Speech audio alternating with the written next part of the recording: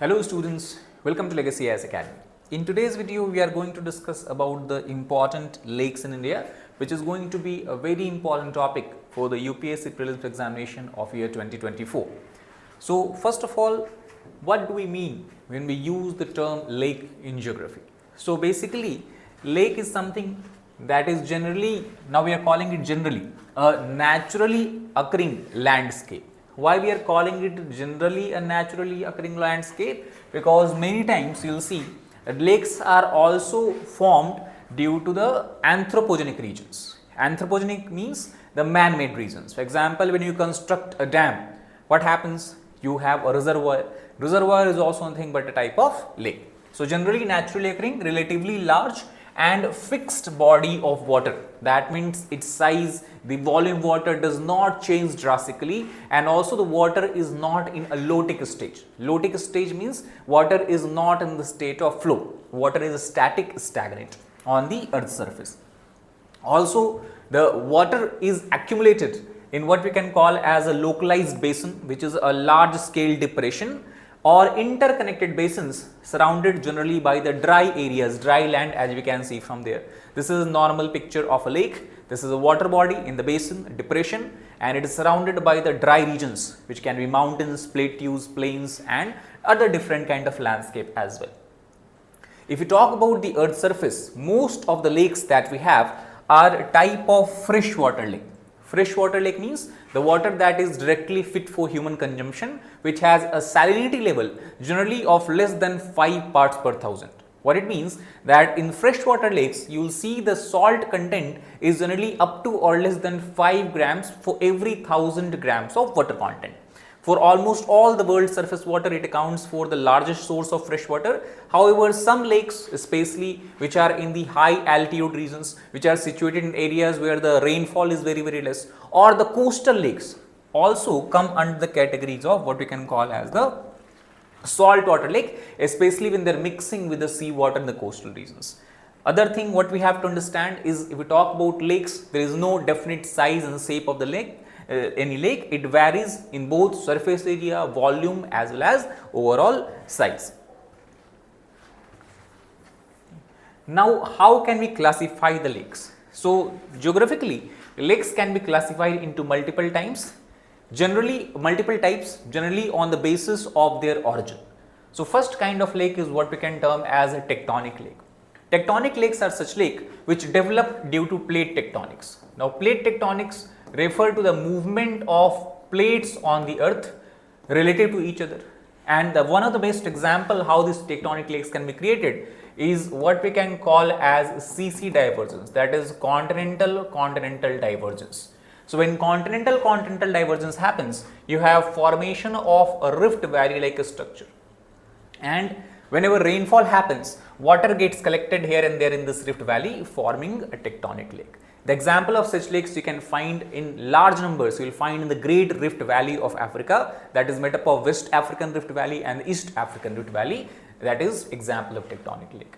Volcanic lakes are some lakes which are found at the top of a volcano.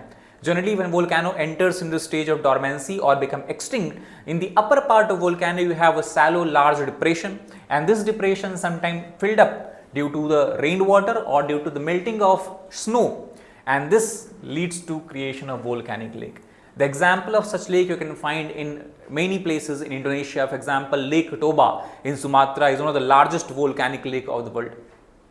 Third is glacial lakes. These are simple lakes which you will find either at the high altitude or at the higher latitudes. These lakes are formed due to the melting of the glacial snow, and as the glacial retreat, they scour the surface, and as they scour the surface, they leave a large depression behind, and due to the melting of the snow, this depression then gradually gets filled up, forming glacial lake. Similarly, the lakes that are found along the river banks or in the course of river are what we refer as fluvial lakes. And the best example of fluvial lakes that you might find are what we can term as the oxbow lakes, which generally forms when the meander loop of a river. Meander means when the river is flowing in the sinuous wave like pattern, and when this loop gets cut off, it forms this oxbow shape of temporary lake. That is example of your fluvial lake. Then as we discussed in the beginning, lakes that are formed due to the man-made activity such as construction of dams, building up of reservoir are what we can term as anthropogenic lake. And then last we have a lake that forms due to the meteoritic impact when an extraterrestrial object suddenly hit the earth's surface. Most of them largely burns in the atmosphere, but sometimes a small part of these remnants is hit the earth's surface with such a high velocity, it leaves a depression behind in the earth's surface. And then this depression gradually gets filled up by water, forming a meteoritic impact crater lake. So these are generally how we can classify lakes on the earth's surface. And now let us try to understand what are the major lakes that we have in India. So the first lake that we can discuss is a lake that is situated in the state of Kerala, as you can see from the map here. This is a kind of coastal lake, as you can see from this particular map, and this lake is called as Vembonad Lake or Vembonad Koal. Now, why Vembonad Lake is important? Because first of all, at all India level, it is the longest lake of India. The total length of this lake is roughly 96.5 kilometers. So that is the first important point. Second, also if you look at the state of Kerala, which has many lakes, especially in the coastal areas, in the state of Kerala, it is the largest lake covering an area of almost 230 square kilometers. In the Kerala, it spans over several districts, most notably of them being Alappuzha district and Kochi district. Now, this Vembonad Lake is also locally known by different names. For example, in the Kochi, it is called as Kochi Lake, and also it is called as Punnamada Lake. The most important place that is situated along this lake is called as Kuttanad. Now, Kuttanad is also referred as the rice ball of Kerala, and it is one of the few regions in the world where below sea level farming is practiced.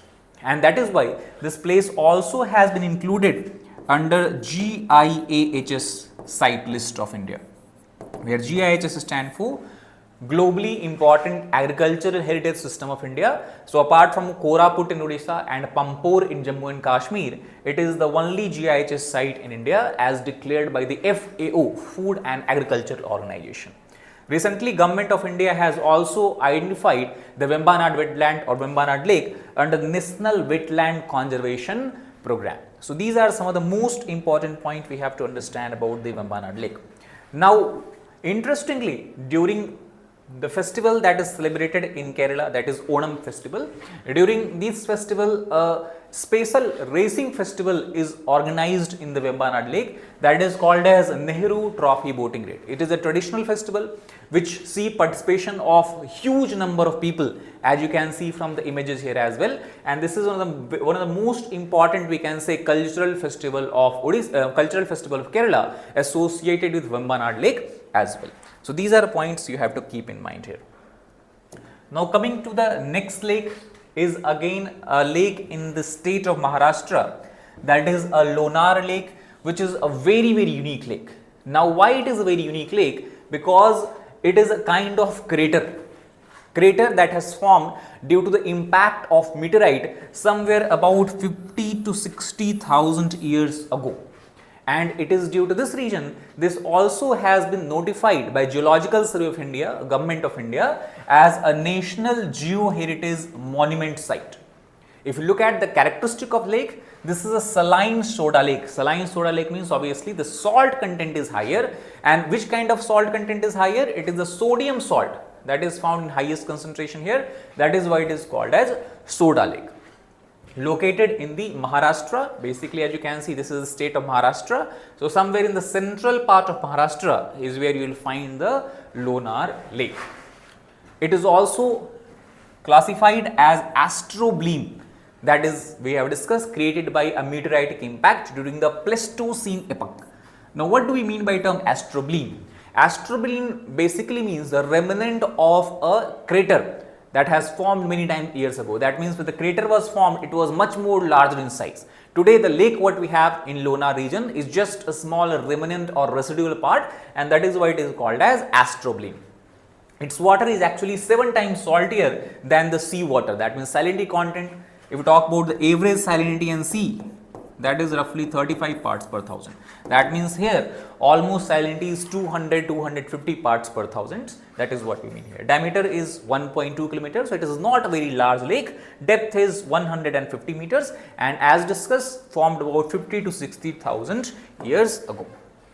Now, the most important point that you have to understand and remember about Lonar Lake, which is also a unique phenomena that is observed here. As you can see from this picture here, generally the water color of this lake remains green, but sometimes this water color converts into pink or reddish, as you can see. So, this is one of the most striking aspect of the Lonar Lake, and geographers believe that this change in color from green to pink happens because the salinity level rises significantly sometimes if rainfall is less, and also what happens due to less rainfall, the water volume decreases. So, low water volume, high salinity. In such kind of conditions, you see a development of a special kind of microorganisms which are referred as halobacterium, and it is believed that it is the presence of this halobacterium that imparts pink color to the generally green colored lake water, and that is what makes Lonar Lake very unique in characteristic and nature.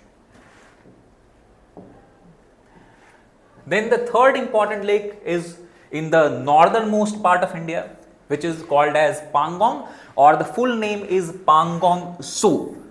Now, Pangong Tso basically means a high grassland lake, and that is what exactly where exactly the Pangong Lake is situated.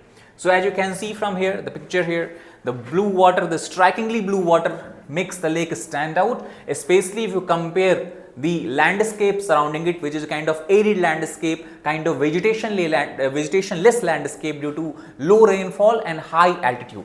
And from high altitude, what we have to remember that Pangong Tso Lake is situated at a height of almost 4,350 meter, and not only India's, it is also world's highest salt water lake. It is also an example of soda lake because the sodium salt concentration are highest here. Then the length of the lake is almost 160 kilometers, and Pangong Lake is also known to change its color, appearing bluish, greenish and reddish at different times, mainly because of the same regions that the water color changes in the Lonar Lake, as we have discussed before. Now, the most important point what we have to understand about is the location of this Pangong Tso Lake. So, if you refer to the image here, we can see this is the longitudinal Pangong Lake, almost this we can say 160 kilometers long.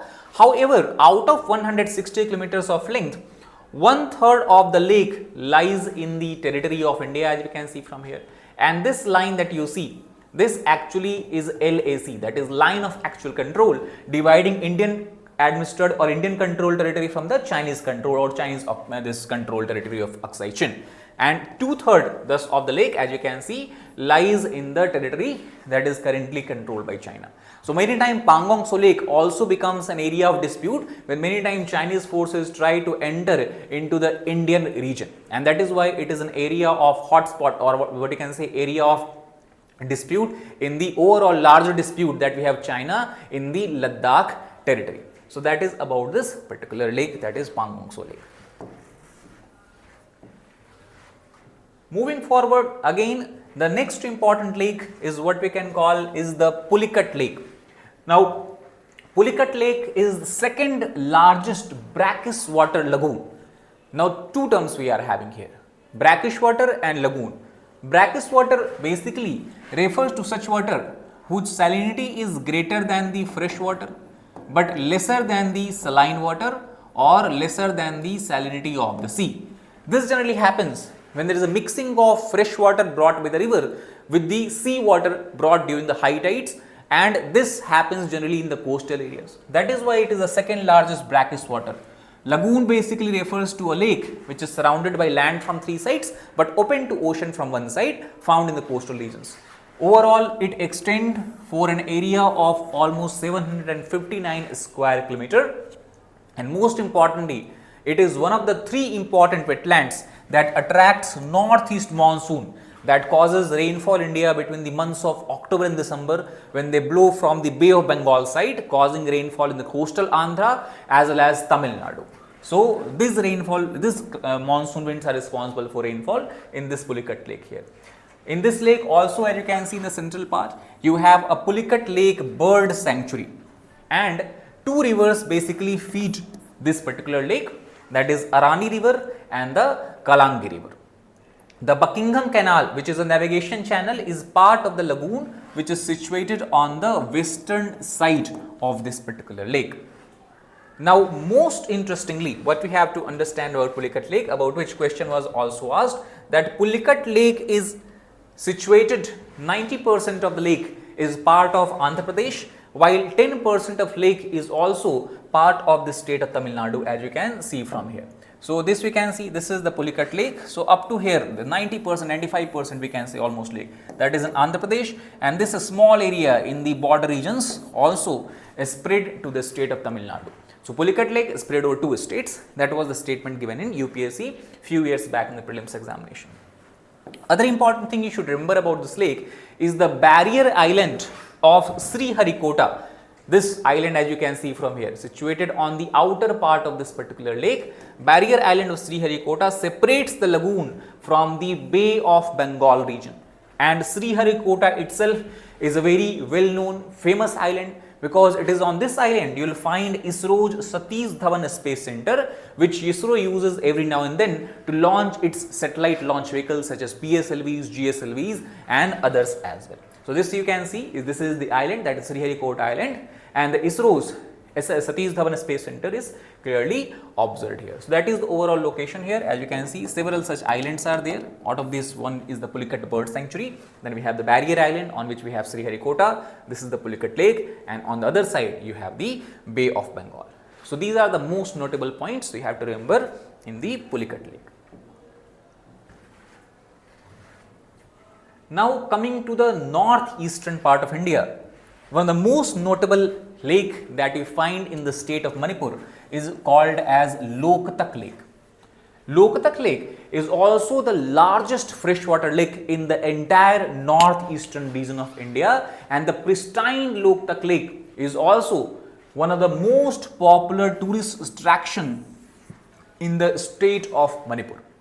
Now, why Loktak Lake is very unique? Because Loktak Lake houses what we call as fumdis.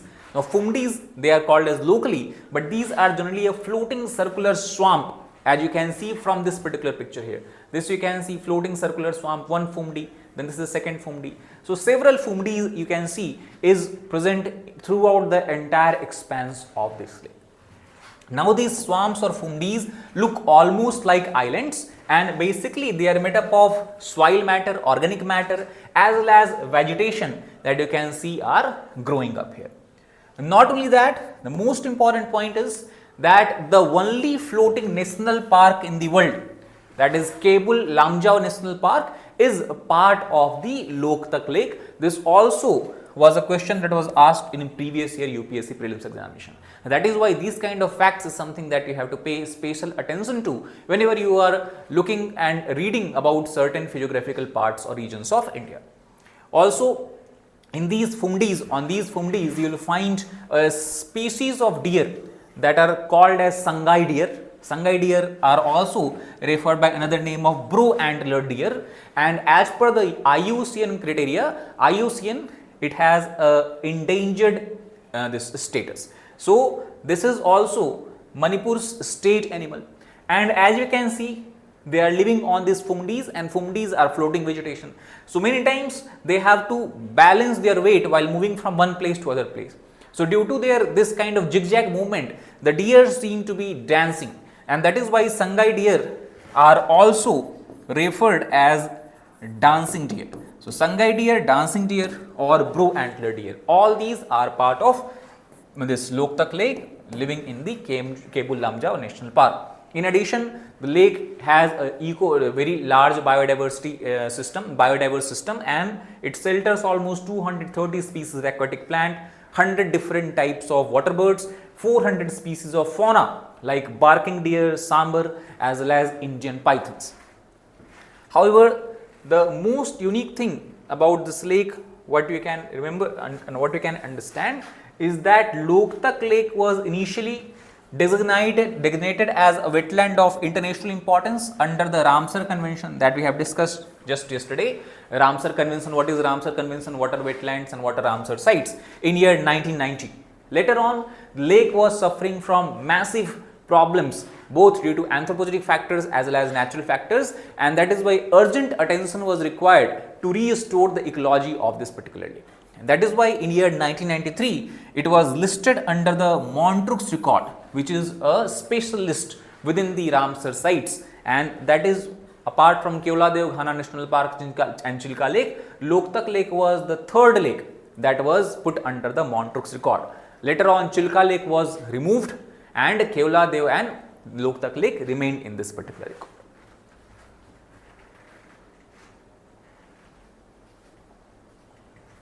Now coming to the northern part of India again, we have the next lake, that is Wular Lake.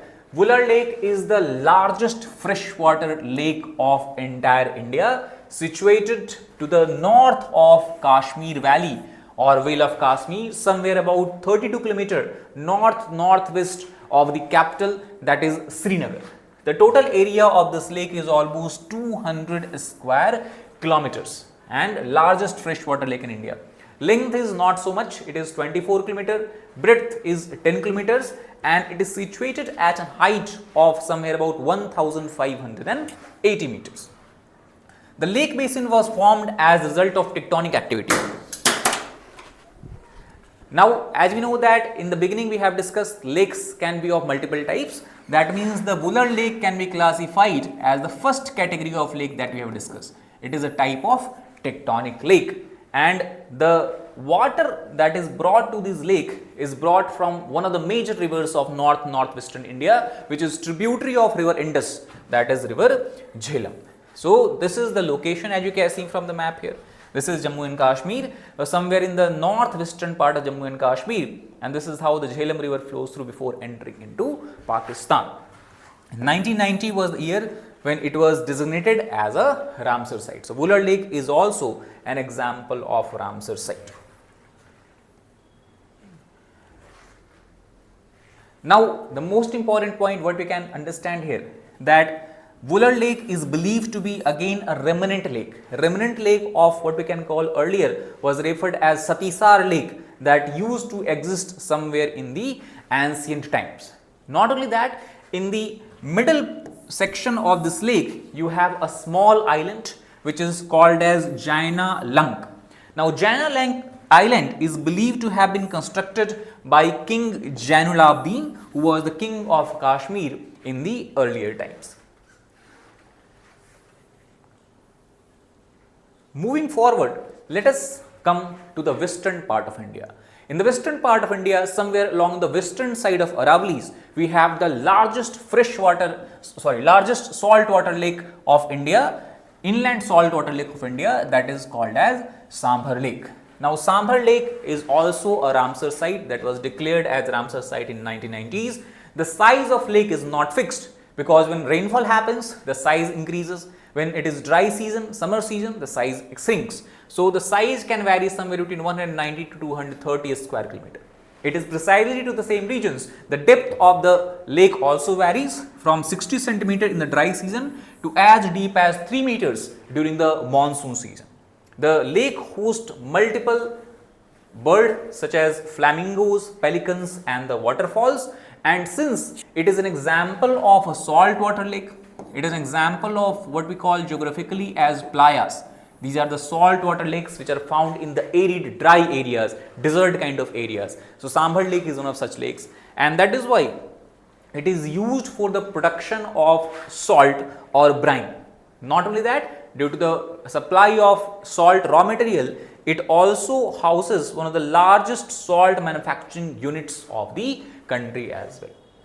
So, location wise, as you can see, this is the state of Rajasthan, western state of Rajasthan, and this is the Aravallis, and on the western side of Aravallis you have the Sambhar Salt Lake. Now, Sambhar Lake came into news few years back because in year 2019 almost 22,000 migratory birds that used to come to Sambhar Lake from Siberia and other Central Asian region died due to what we can call as avian botulism. Avian botulism is a disease that affect this nervous system of the birds. So, it is kind of neuromuscular illnesses, and that is why later in year 2020 Rajasthan government decided that they will build a temporary shelter for the migratory birds that are coming to this lake nearby this particular lake. So, that is why Sambhar Lake was in news.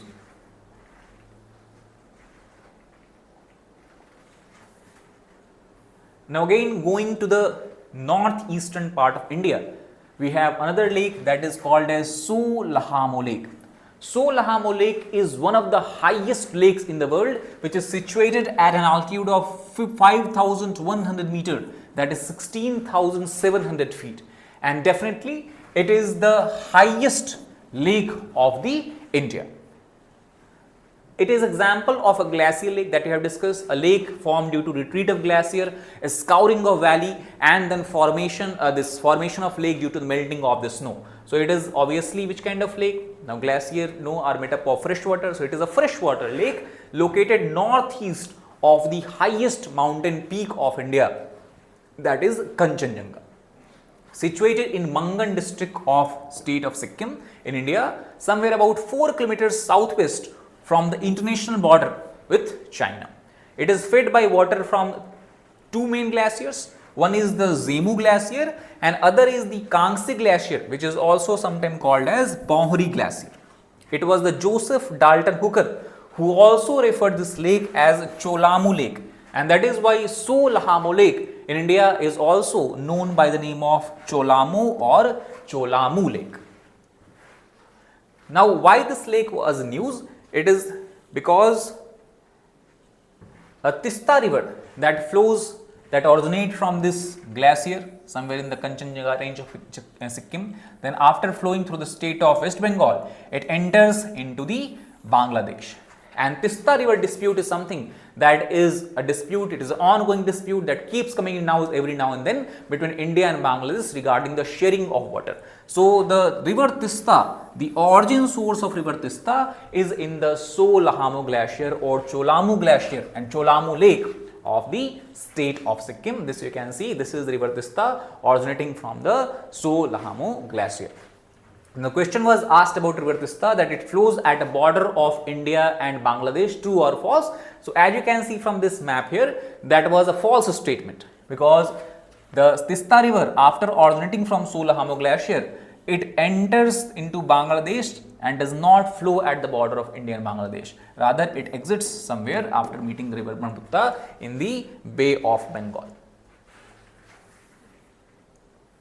Now, moving forward, in the state of Uttar Pradesh, we have the next important lake that is called as Govind Ballabh Pant Sagar Lake. Now, Govind Ballabh Pant Sagar Lake is an example of dam lake.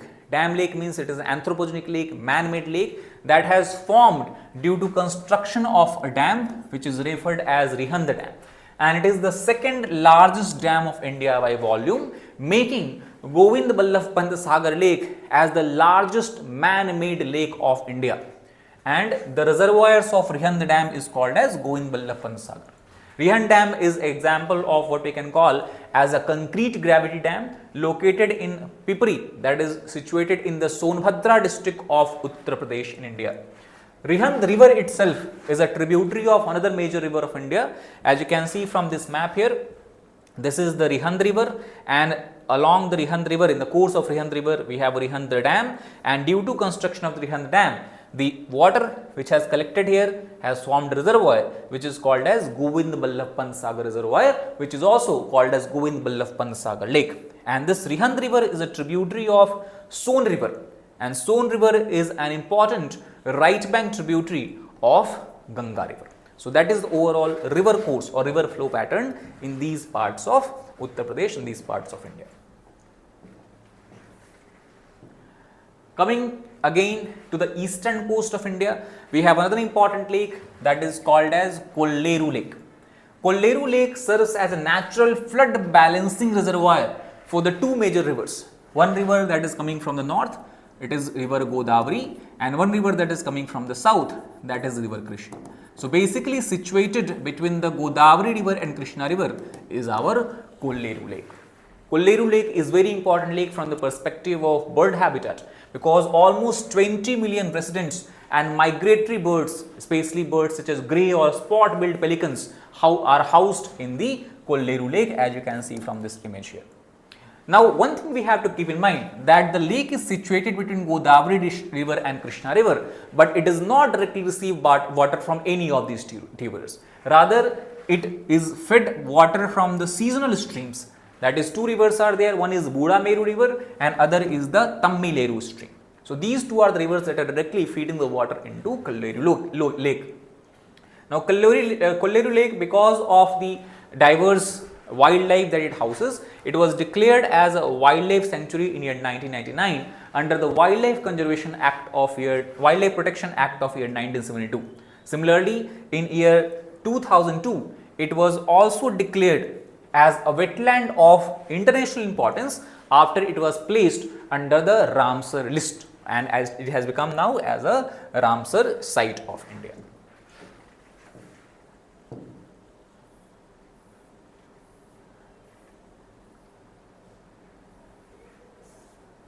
Now, the last lake that we have to discuss here is called as South Lonar Lake. South Lonar Lake was in news also, and it is situated in the state of Sikkim. Now, if we talk about this particular lake, it is example of glacial moraine dammed lake. What it means is that basically when glaciers are moving forward, they bring with themselves a lot of sediments, and these sediments are deposited along the mouth of the glacier. Now, when the glaciers are retreating back, these sediments will remain wherever it is. And as we have discussed, as the glacier retreat back, they scour kind of depression. And due to the melting of the glacial snow or glacial ice, this depression will be filled up by water. So basically, we have this water that is occupying these areas, and on the outer margins of this water body, we have the glacial sediments that were deposited earlier. These glacial sediments that were deposited in the course of glacier is what we call as moraine. And since moraines are the one that is surrounding the entire water body, it is called as, it act like kind of dam, and that is why it is called as a glacial moraine dam lake. So it is located in the Sikkim's far northwestern region, and it formed due to melting of which glacier? As you have discussed before, it formed due to melting of the Lhonak glacier. It is one of the fastest expanding lake in the Sikkim Himalaya region. Not only that, it is also considered as one of the 14 potentially dangerous lakes that is susceptible to glacial lake outburst flood. GLOF is a natural hazard that happens when the water volume suddenly increases in the lake, and this water volume then overspills above the dam. Which kind of dam? The moraine that is acting like a dam, and that causes sudden flash flood in the low-lying regions of the glacier. The elevation at which this lake is situated is roughly about 5,200 meter or 17,100 feet. Now, why this lake was news? Because in last year, in the year 2023, as we can see from this image here, suddenly in the month of October 2023, there was a cloud burst that occurred over the South Lonar Lake. This cloud burst then caused heavy rainfall, and this heavy rainfall was responsible for the sudden swelling up of this particular lake. That means suddenly there is a huge surplus or increase of water in the lake that caused it to breach its embankments that are made up of moraine sediments and cause a severe flood in the Tso river basin. We just had discussed about Tso river originating from the Kanchenjunga Tso LhamoLake glacier, causing widespread property damage and killing at least 40 people. So if you look at the topography of this entire region, at the northernmost side, western side, we have the Lhonak glacier. From Lonar Lake. From Lonar Lake, you have a river that originates, which is Lhonak river, and Lhonak river is a tributary of which river? The answer is it is tributary of Tso river.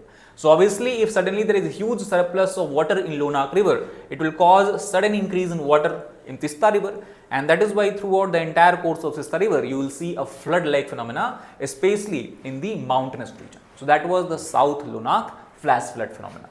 So that is all about this particular video. I hope you understood about the importance, significance and the lakes, the major lakes of India, and it is going to be very beneficial for you in the prelims examination, especially if we talk about the geographical region, physiographical region or even the places in use.